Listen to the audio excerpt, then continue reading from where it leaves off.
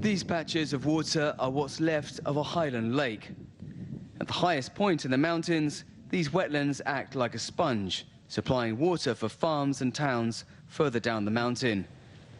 But now, this region, Junín, is one of 13 in Peru, which has been declared under emergency due to the risk of a water shortage caused by the El Nino weather phenomenon. Before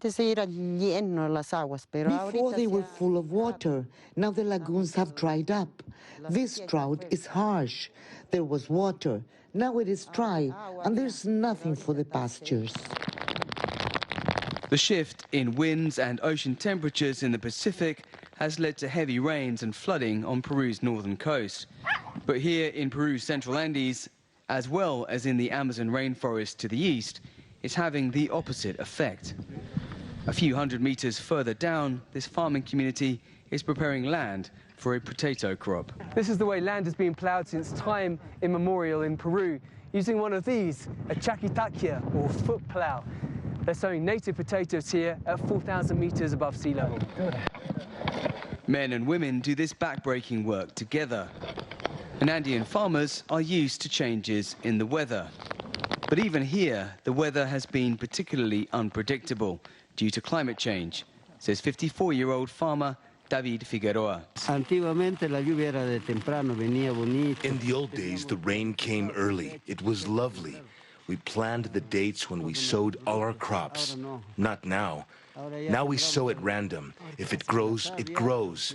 If it fails, it fails. We have to risk a lot. We can't put all our trust in the harvest.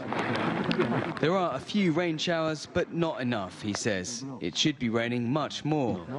Year on year, climate change is taking its toll. The people that live in the Andean communities and is getting affected because of the droughts, the frost, and the hails that is coming every year. Now with the Nino phenomenon, these events are coming more often during the year. High prices for imported fertilizers due to the conflict in Ukraine mean that farming families are struggling, and so, in turn, are their children. We live from agriculture. The bigger potatoes we sell to buy rice, sugar and pasta, to vary our diet.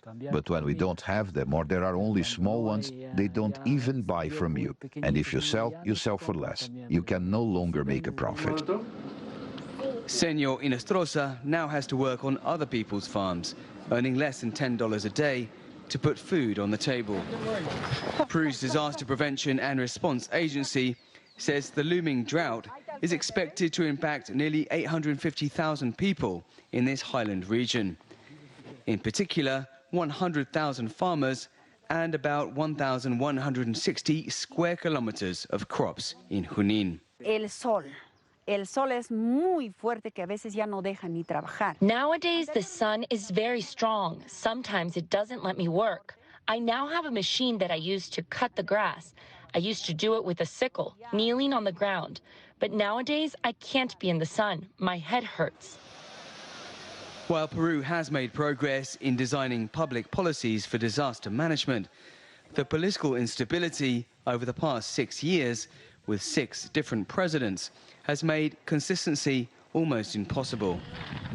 At the mercy of climate change and caught in a downward spiral, Peru's small farmers need state help so they can keep on feeding the country.